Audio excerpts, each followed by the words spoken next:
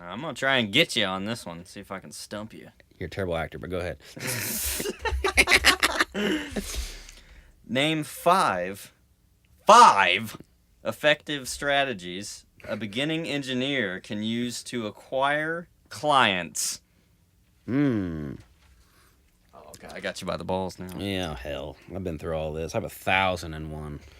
The first one, go to the shows. By far, I want to use my thumb to keep track of these things, my fingers. Go to the shows, just showing up. And that's how I started. And of course, I started just working for free. I think a lot of people do that in this modern world.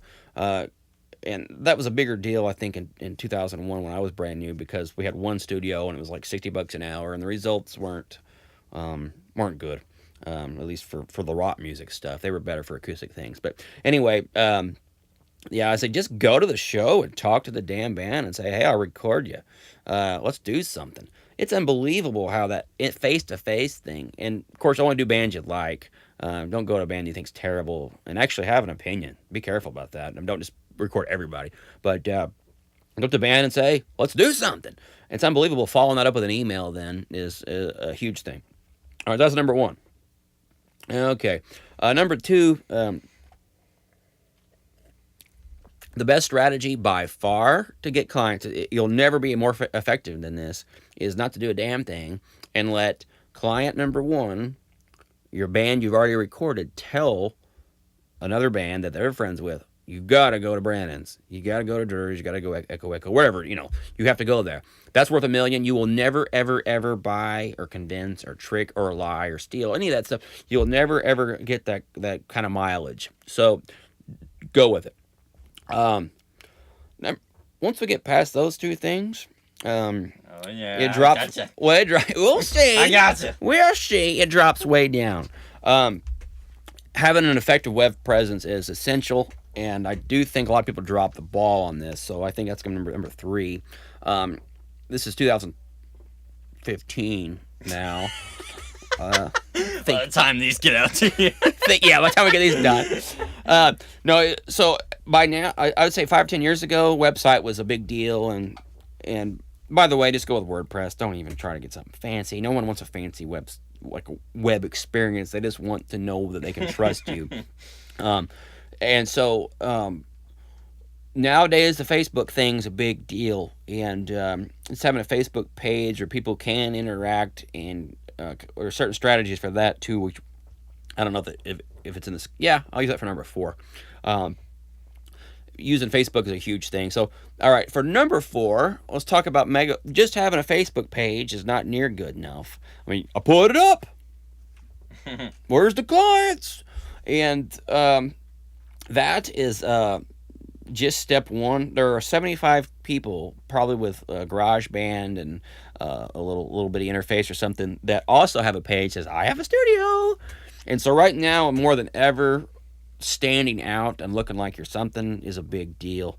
But you have a tricky problem with recording because you're recording music people, and that just means they're not really qualified to do anything else most of the time. It means they're not quite smart enough to like change your oil or pick up your trash. So one of the problems with them is the average musician is they just want to see what the studio looks like. They're looking for experience. It goes back to, I want to go to Six Flags. I think it was another video, and that makes no sense in this context.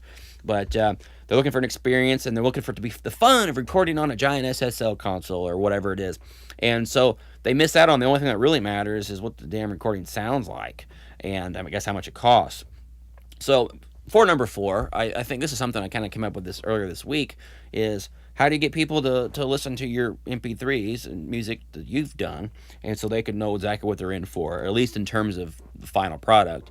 And it's funny because it's not intuitive. Just send out some little email or post it on the Facebook thing, something to the effect of, new song, no one cares. New mix, no one cares.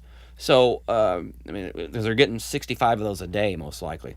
But the thing I came up with was just have a damn contest and give away either, just even a night of recording would be enough. And I like to hit people up like on a regular basis, like once a week, once a month, have some kind of fun contest that's real stupid and Three Stooges caliber. Nothing's too genius here. Like, hey guys, what's the fifth word of the second verse? Whoever can pick that out first or 10th or whatever you want to do, rig it up, random winner, something, wins something. And so then they have to listen to your MP3. And when they hear your MP3, then they're, if it sounds good, the whole time they're listening to it, they're going, this sounds good, this sounds good. Brandon's mixes are good. Brandon mixes are good. And so that indoctrination is a huge thing, and just forcing them to hear your stuff, or convincing them that it's a smart idea to listen to your mixes is a big deal. And you actually can gain a whole lot of clout with your original client who you gave all this exposure to. Here's the new one from Threesome. Is that a good band name? I made it up on the spot. That's pretty good. It's pretty good. I guess if you had 4 members, it'd be funny. Anyway, all right, so that's just one idea out of like 100 trillion creative things you can do that go past just mere new song. Okay, number 5. Oh, I already have it. Once you got client number 1 in the door, if you've done every single thing in your power to make their recording as awesome as you can make it, and even if you ain't that good, doesn't matter. Just knowing that you fought ultra hard for a client and done everything right and busted your butt and did everything that you possibly can, they will remember you. And it's different. It's like seeing the basketball guys that, in college when they're diving for loose balls and that kind of business. Like, that dude is into this. They get in the pros and they don't care. It's really weird. But anyway, like back when you were diving for loose balls in a recording studio type of way, those clients that you always had before will they'll keep on coming back and coming back and coming back. And it might be I'm in a really low competition area, but I've had even Rube Pricks, his stupid noise he concocted over the years. Yeah, like 5 times. Yeah, I mean, we did 1 million albums, and so it's just like people keep coming back. And again, some of it is desperation. Don't get me wrong,